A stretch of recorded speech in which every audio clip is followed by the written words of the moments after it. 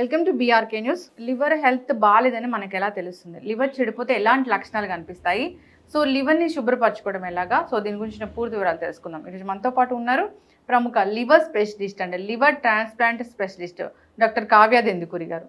Doctor గారు నమస్తే. నమస్తే అండి. జనరల్గా మేము ఏం చెప్తామంటే టిప్స్లో లివర్ శుభ్రం చేసుకోండి, డీటాక్స్ చేసుకోండి ఇలా చెప్తూ ఉంటాం. అవును అవును, చాలా వింటున్నాను నేను ఈ మధ్య రీల్స్. అసలు అవి లేదండి, ఏవి పనిచేయవు.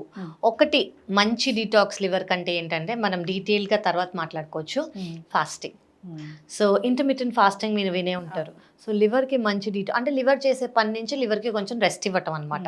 సో మీరు ఫాస్టింగ్ స్టేజ్లో ఉన్నారనుకోండి, దాని అంతది అదే యాక్చువల్లీ లివర్ ఫంక్షనే డీటాక్సిఫికేషన్. మనం కొత్తగా బయట నుంచి ఏం చేయక్కర్ల దాని గురించి. One of the major functions లివర్ది ఏదైతే చెడు ఉందో, అంటే ఏదైతే బాడీకి అవసరం లేదో దానంతట అదే డీటాక్సిఫై చేసి బయటికి పంపించేస్తుంది. మనం బయట నుంచి ఏం కొత్తగా ఇచ్చి చేయమని చెప్పక్కర్లేదు. అసలు లివర్ హెల్త్ అనేది ఎందుకు పాడవుతుంది? లివర్ ఎందుకు చెడిపోతుంది? సో ఇది చాలా వాస్ట్ అండి. ఇది ఆల్కహాల్ అని మనం చాలా మంది మోస్ట్ కామన్ గా వింటాము. ఒకటి ఆల్కహాల్ అనేది, ఇంకోటి నాన్ ఆల్కహాలిక్ రీజన్స్ కూడా చాలా ఉన్నాయి. మనకి ఇంకోటి తెలియాల్సింది ఏంటంటే, నాన్ ఆల్కహాలిక్ అని అన్నాం కదా, అంటే ఏంటి? ఫస్ట్ మనకి చిన్నపిల్లల్లో కూడా వస్తుంది. అంటే ఏంటి? వాళ్ళు ఆల్కహాల్ తీసుకోరు కదా. పుట్టిన బేబీస్లో కూడా లివర్ ప్రాబ్లం ఉండొచ్చు. వాళ్ళలో ఉన్న లివర్ సరిగ్గా డెవలప్ అవ్వకపోవటం కానివ్వండి, బైల్ డక్స్ కొన్ని సరిగ్గా డెవలప్ అవ్వలేదు, లేదా వైరసెస్, చిన్న చిన్న వైరసెస్. మోస్ట్ కామన్గా మనకు తెలిసిన virus hepatitis A, hepatitis E, hepatitis B, C అనేవి, అలాంటివి వేరే వైరసెస్ కూడా ఉంటాయి. ఇవే కాకుండా లివర్లో క్యాన్సర్ ఏమన్నా ఉందా, లేదా లివర్లో ఫ్యాటీ లివర్. మనం ఈ మధ్య చాలా ఎగ్జాక్ట్లీ ఈ మధ్య చాలా కామన్గా చూసేది ఫ్యాటీ లివర్. ఒకప్పుడు ఈ లివర్ డిసీజ్కి పేరే లేదు, క్రిప్టోజెనిక్ అని చెప్పుకునే వాళ్ళం. ఇప్పుడు ఫ్యాటీ లివర్ ద్వారా పెరిగే లివర్ ప్రాబ్లం అంటే ఫస్ట్ లివర్ ఫ్యాటీ లివర్ స్టేజ్కి వెళ్తుంది. ఆ స్టేజ్లో కూడా మనం ఏం చేయకపోతే ఫైబ్రోసిస్కి వెళ్తుంది. ఫైబ్రోసిస్ స్టేజ్లో కూడా ఏం చేయకపోతే లివర్ సిరోసిస్కి వెళ్తుంది. సిరోసిస్ అంటే పర్మనెంట్ లివర్ డ్యామేజ్. సో ఇది మనకి alcohol, non alcohol, viruses, uncontrol sugar కానివ్వండి, ఒబెసిటీ కానివ్వండి, బరువు అనేది ఎక్కువ ఉంటే, కొలెస్ట్రాల్ కానివ్వండి, అలా చాలా రీజన్స్ అనేవి ఉంటాయన్నమాట. సో మెటబాలిక్ సిండ్రోమ్ అని అంటాం. అంటే కొంతమందికి హార్ట్ ప్రాబ్లం ఉండి, బీపీ ఉండి, కొలెస్ట్రాల్ ఉండి, థైరాయిడ్ సరిగా కంట్రోల్ లేదు, షుగర్స్ కంట్రోల్ లేవు, బరువు అనేది ఎక్కువ ఉన్న వీళ్ళలో కూడా వచ్చే అవకాశం ఉంటుంది. ఇవన్నీ నాన్ ఆల్కహాలిక్ రీజన్. చాలా కామన్గా ఈ మధ్య కాలంలో గత 5 ఏళ్లుగా మేము ఎక్కువగా చూసేది non alcoholic fatty liver disease ద్వారా వచ్చిన మెటబాలిక్ సిండ్రోమ్ వచ్చిన లివర్ ప్రాబ్లం అనమాట. సో వీళ్ళేంటి పర్మనెంట్ లివర్ డ్యామేజ్కి వెళ్ళిపోతున్నారు. దానివల్ల మేము ట్రాన్స్ప్లాంట్ అనేది చేయాల్సి వస్తుంది. సో లివర్ చెడిపోయింది అంటే ఎలాంటి లక్షణాలు కనిపిస్తాయి? ఇది చాలా ఇంపార్టెంట్ క్వశ్చన్ అండి. ఎందుకు అంటే ఇప్పుడు ఫ్యాటీ లివర్ అనుకున్నాం ఫస్ట్ స్టేజ్. ఫ్యాటీ లివర్ ఏం చేయకపోతే ఫైబ్రోసిస్ అనుకున్నాం. ఫైబ్రోసిస్ కూడా మనం ఏమీ ఇంటర్వీన్ అవ్వలేదు అనుకోండి, సిరోసిస్. పర్మనెంట్ లివర్ డ్యామేజ్కి వెళ్తుంది అని అనుకున్నాం. ఈ పర్మనెంట్ లివర్ డ్యామేజ్లో కూడా 80% మందికి సిమ్టమ్స్ అనేవి ఉండవు. సో ఈవెన్ సిరోసిస్లో ఉన్నా కూడా కొంతమందికి తెలీదు. ఎందుకు అంటే అందులో చాలా కామన్గా వచ్చే సిమ్టమ్ ఏంటంటే బలహీనత. చాలామంది చాలా మరీ ఎక్కువగా వీక్గా అనిపిస్తారు, అనుకుంటారు ఇంత వీక్గా ఉన్నాను ఏంటి నేను అని వాళ్ళకే అనిపిస్తుంది. కానీ ఏమనుకుంటారంటే ఒక 2 రోజులుగా సరిగా తినలేదు, నిద్ర సరిగా లేదు, పని ఎక్కువ చేశాను, ఇంట్లో చుట్టాలు, ఇలాంటి రీజన్స్ చెప్పుకుంటారు. కానీ వాళ్ళకి ఇది లివర్ ప్రాబ్లం వల్ల ఈ బలహీనత అని అర్థం కాదు. అది ఫస్ట్ థింగ్. సెకండ్ థింగ్ ఏంటంటే మజిల్ లాస్ అనేది కనిపిస్తుంది. జనరలీ మజిల్, ఎందుకంటే ప్రోటీన్ అనేది మజిల్స్లో ఉండదు. అంటే ఎవరైనా షర్ట్ వేసుకున్నారంటే మగవాళ్ళు ఇదంతా లూజ్ అయిపోవటం, ఆడవాళ్ళకి బ్లౌజ్ లూజ్ అయిపోవటం, అలా వాళ్ళకి మజిల్ లాస్ అనేది ఉంటుంది. థర్డ్ థింగ్, అదే ఫెయిల్యూర్లో ఉన్నారనుకోండి, మనకి మోస్ట్ కామన్గా కనిపించేది జాండిస్. కళ్ళ పచ్చగా ఉండటం కానివ్వండి, యూరిన్ అనేది చాలా హై కలర్లో వెళ్తోంది అని అంటారు, ఆకలి లేకపోవటం. అదే అక్యూట్, ఇది కూడా చాలా అక్యూట్, అంటే జాండిస్ వచ్చింది, అక్యూట్ వైరల్ హెపటైటిస్ వచ్చింది, లేదా అక్యూట్ స్టేజ్లో వచ్చింది అనుకోండి, వాళ్ళకి ఫ్లూ లైక్ సిమ్టమ్స్ అని అంటాం అనమాట. జాండిస్ ఉండటం, ఆకలి లేకపోవటము, ప్లస్ వాళ్ళకి చాలా బలహీనత, ప్లస్ ఫీవర్, చిల్స్, ఇవి ఉంటాయి. అదే క్రానిక్ లివర్ డిసీజ్ అనుకోండి, లివర్ అనేది ఫెయిల్ అయిపోయింది అనుకోండి, పొట్టలో నీరు చేరుకోవటం, కాళ్ళల్లో నీరు చేరుకోవటం, కొంతమందికి బ్లడ్ వామిటింగ్ వామిటింగ్ లేదా బ్లాక్ కలర్ మోషన్, యూరిన్ అనేది ఎఫెక్ట్ అవుతుంది, కిడ్నీ అనేది లివర్ ప్రాబ్లం వల్ల ఎఫెక్ట్ అవుతుంది కాబట్టి యూరిన్ తగ్గిపోవటం, కొంతమందికి ఎన్కెఫ్లోపతి అంటే చిన్న చిన్న విషయాలు మర్చిపోవటం, నైట్లో నిద్ర తక్కువ, పొద్దున ఎక్కువ, ఎక్కడున్నాను సడన్గా ఎక్కడున్నాను వాళ్ళకి గుర్తురాదు, లేదా నిన్న నైట్ ఏం చేశాను, నిన్న నైట్ ఏం తిన్నానో గుర్తురాదు, ఇలాగా. అండ్ మనకి చాలా ఇంపార్టెంట్గా తెలియాల్సింది ఏంటంటే సిరోసిస్ అనేది ఉందంటే అందరూ ఆ సిరోసిస్ ఉంది ఇప్పటికి బాగానే ఉంది అని చాలా మంది దాన్ని వదిలేస్తారు. కానీ ఒక్కసారి సిరోసిస్ వచ్చిందంటే 10% మందికి అందులో లివర్లో క్యాన్సర్ వచ్చే అవకాశం ఉంటుంది.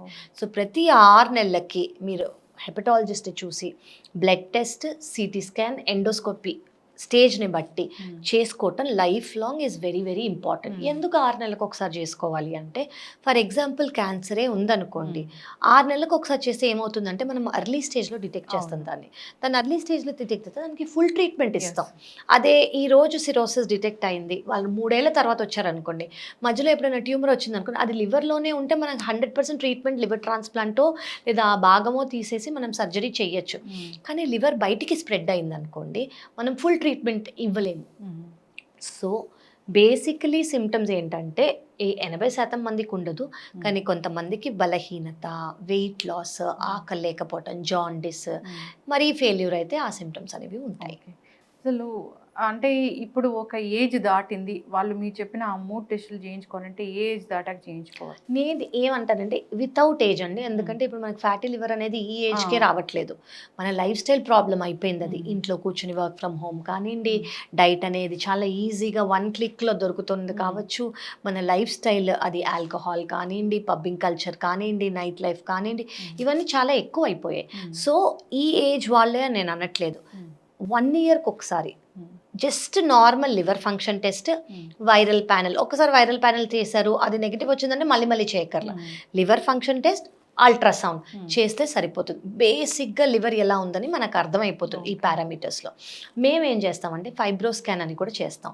ఫైబ్రో స్కాన్ అనేది ఏంటంటే, ఇప్పుడు ఫ్యాటీ లివర్ ఉందనుకోండి, మనకైతే అల్ట్రాసౌండ్లో తెలుస్తుంది, కానీ ఎంత ఫ్యాటీ లివర్ ఉంది, ఒక రేంజ్ కన్నా ఎక్కువ ఉందా, దీనికి ట్రీట్మెంట్ ఇవ్వాలా లేదా వదిలేయచ్చా, డైట్ మోడిఫై చేస్తే సరిపోతుందా అనేది మనకి ఫైబ్రో స్కాన్లో తెలుస్తుంది. ఫైబ్రో స్కాన్ కూడా ఒక అల్ట్రాసౌండ్ ప్రొసీజరే, అది కూడా మనం స్కాన్ చేసినట్టే, నొప్పి అనేది ఏమీ ఉండదు, వితిన్ 4 to 5 minutes మనకి రిజల్ట్ వచ్చేస్తుంది. దాన్ని బట్టి మేము ట్రీట్మెంట్ ఇస్తాం. అది 3 నెలలు అవసరమా ట్రీట్మెంట్, 6 నెలలు అవసరమా. దీని అడ్వాంటేజ్ ఏంటంటే ఫ్యాటీ లివర్ అనేది ఇప్పుడున్న మెడికేషన్స్ ద్వారా కంప్లీట్గా మనం రివర్స్ చేయొచ్చు. ముందు మేము అలా రివర్స్ చేయడానికి కానీ ఓన్లీ లైఫ్ స్టైల్, ఆకలి, వాకింగ్ చేయండి, బరువు తగ్గండి, షుగర్ కంట్రోల్ పెట్టుకోండి, కొలెస్ట్రాల్ కంట్రోల్ పెట్టుకోండి అని చెప్పేవాళ్ళం. ఇప్పుడు ఏంటంటే ఉన్న మెడికేషన్స్ ద్వారా అఫ్కోర్స్ అండర్లైన్ దేనివల్ల అయితే ఫ్యాటీ లివర్ వచ్చిందో అది ఆపుతూ, అది కంట్రోల్ చేస్తూ ఈ మెడికేషన్స్ తీసుకోవాలి. 100% లివర్ అనేది నార్మల్ అవుతుంది. ఓకే, మరి మీరు లివర్ ట్రాన్స్ప్లాంట్ స్పెషలిస్ట్ అయితే, ట్రాన్స్ప్లాంట్ అయిన వాళ్ళందరికీ కూడా అంటే అందరూ కూడా నార్మల్ లైఫ్ లీడ్ చేస్తారా? అన్నీ కూడా సక్సెస్ అవుతాయా? 100% అండి. అసలు మనం ఇంత మేజర్ సర్జరీ చేసేదే వాళ్ళకు ఒక సెకండ్ లైఫ్ ఇవ్వడానికి. ఓకే, ఇప్పుడు అందరికీ సక్సెస్ అవుతుందా అంటే, మనం ఎవరికి చేస్తున్నామో, ఏ కారణం వల్ల చేస్తున్నామో, ఏ ఏజ్లో చేస్తున్నామో, ఇది చాలా ముఖ్యమైనది. సో మేము ప్రతి వాళ్ళకి ప్రీ లివర్ ట్రాన్స్ప్లాంట్ ఇవాల్యుయేషన్ అని ఒకటి చేస్తాం. అంటే ఏంటంటే, మీకు ఈ ప్రాబ్లం ఉంది, సో మీరు లివర్ ట్రాన్స్ప్లాంటేషన్కి ఫిట్టా కాదా అని మేము ఒక చేసే టెస్ట్. అందులో heart doctors, lung doctor, anaesthesia doctors, మేము అందరం కలిసి చూసి ఓకే ఈ పేషెంట్ ఫిట్ అని మాకు తెలుస్తుంది. అదే ఈ ఇవాల్యుయేషన్లో మాకు ఫిట్నెస్ లేదు, ఇందులో ప్రాబ్లం ఉంది, అందులో ప్రాబ్లం ఉంటే వాటిని కరెక్ట్ చేసి ట్రాన్స్ప్లాంట్ చేస్తాం. లేదు ఈ ప్రాబ్లం ఎక్కువ ఉంది, రిస్క్ అనేది చాలా ఎక్కువ ఉంది అంటే దాన్ని బట్టి మేము చెప్తాం అనమాట, మీకు ఇంత రిస్క్ ఉంది, మీరు లివర్ ట్రాన్స్ప్లాంట్ చేసుకుంటే రిస్క్ ఇంత, చేసుకోకపోతే రిస్క్ ఇంత అనేది కూడా మేము చెప్తాం. సో ఇదంతా మనకి ప్రీ లివర్ ట్రాన్స్ప్లాంట్ ఇవాల్యుయేషన్లో తెలిసిపోతుంది. లివర్ ఇచ్చిన వాళ్ళు కూడా నార్మల్గా ఉంటారండి, ఇది అందరికీ తెలియాల్సిందే. లివర్ డోనర్ అంటే ఒక నార్మల్ మనిషి, ఆయనకి ఏ ప్రాబ్లమ్స్, ఆవిడకి ఏం ప్రాబ్లమ్స్ లేకుండా మా దగ్గరకు వస్తున్నారు. ఫస్ట్ వాళ్ళకన్నా ఎక్కువ మాకుంటుంది. ఓకే, నార్మల్ మనిషి వస్తున్నారంటే వాళ్ళకి నార్మల్గానే బయటకు పంపించాలి. సో పేషెంట్కి ఎవరైతే లివర్ ట్రాన్స్ప్లాంట్ చేయించుకుంటున్నారో వాళ్ళకి మేము ఎలా ఇవాల్యుయేషన్ చేస్తామో అలాగే డోనర్కి కూడా చేస్తాం. ఓకే, డోనర్ ఎలా ఉన్నారు, డోనర్ హెల్త్ ఎలా ఉంది. ఫస్ట్ ఏంటంటే 18 ఏళ్ళ కన్నా ఎక్కువ, 52 ఏళ్ళ కన్నా తక్కువ అయి ఉండాలి. మరి బరువు ఎక్కువ ఉండకూడదు, షుగర్ కంట్రోల్ లేకుండా ఉండకూడదు. వీళ్ళది వాళ్ళ లివర్ ఎంత ఉంది, వాళ్ళ లివర్ వీళ్ళకి పడుతుందా లేదా, వాళ్ళ ఫ్యామిలీ మెంబర్ అయి మాత్రమే ఉండాలి. Same blood group, family member అయి ఉండాలి. బయట ఫ్రెండ్స్ వెల్ విషెస్ ఇవ్వలేరు అనమాట. సో వాళ్ళకి ఇవాల్యుయేషన్ చేస్తాం, వాళ్ళు ఎలా ఉన్నారు, వాళ్ళకి స్కాన్స్, బ్లడ్ టెస్ట్ అన్నీ చేసి ఓకే వాళ్ళకి లివర్ ఇస్తే వాళ్ళు బాగానే ఉంటారు అని అనుకుని జనరలీ 5th లేదా 7th డే డోనర్ని మేము డిశ్చార్జ్ చేస్తాం. ఈ ఇవాల్యుయేషన్ చేసేటప్పుడు మాకే డోనర్కి 1% రిస్క్ ఉందన్నా కూడా మేమే వద్దంటాం. సో వాళ్ళకి లైఫ్ రిస్క్ అనేది 0, లైఫ్ రిస్క్ అనేది డోనర్కి ఉండదు. రెస్ట్రిక్షన్స్, ఇది తీసుకోకూడదు, ఇది చేయకూడదు, ఇది తినాలి, అది తినద్దు అని ఏముండవు. మాత్రలు అనేవి ఏమీ ఉండవు. వితిన్ 2 weeks to 4 weeks అంటే 2 వారాల నుంచి 4 వారాల వరకు లివర్ అనేది ముంత ఎంత ఉందో అంతకి పెరిగిపోతుంది. సో లివర్ అనేది రీజనరేటివ్ ఆర్గన్ కాబట్టి వాళ్ళకి డోనర్కి normal. So normal life, restriction లేదు, మెడికేషన్స్ లేవు. ఖచ్చితంగా మనం చాలా చక్కగా చెప్పారు. వన్ ఫైనల్ క్వశ్చన్, ఇప్పుడు బ్లడ్ రిలేషన్ వాళ్ళే ఇవ్వాలా? అవునండి, నో వన్ ఎల్స్. అంటే ఇదొక government protocol.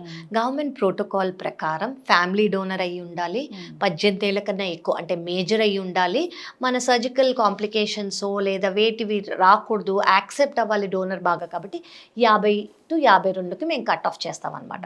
So first degree family మెంబరా, సెకండ్ అంటే ఎంత దూరం ఫ్యామిలీ మెంబర్ అయితే అంత పేపర్ వర్క్ ఉంటుంది. పేపర్ వర్క్ అంటే ఏంటంటే ఓకే వీళ్ళకి రిలేటెడ్ అని గవర్నమెంట్ అనేది చూస్తుందన్నమాట. ఓకే రిలేటెడ్ పర్సనే ఇస్తున్నారు అని తెలియడానికి మనకి family member same blood group అయ్యి ఉండాలి. చాలా చక్కగా చెప్పారు. చక్కటి ఇన్ఫర్మేషన్ మ్యామ్ లివర్ గురించి. లివర్ ఎందుకు చెడిపోతుంది, చెడిపోయిందని ఎలా తెలుస్తుంది, లక్షణాలు ఎలా ఉంటాయి, లివర్ టెస్టులు ఎప్పుడు చేయించుకోవాలి, వచ్చిన అడ్వాన్స్ ట్రీట్మెంట్స్ ఏంటి, లివర్ ట్రాన్స్ప్లాంట్ గురించి ఇంకా ఎవరికైనా డౌట్ ఉంది అంటే ఒకసారి కాంటాక్ట్ చేయాలని కోరుకుందామండి. చాలా చక్కటి information. Thank you so much.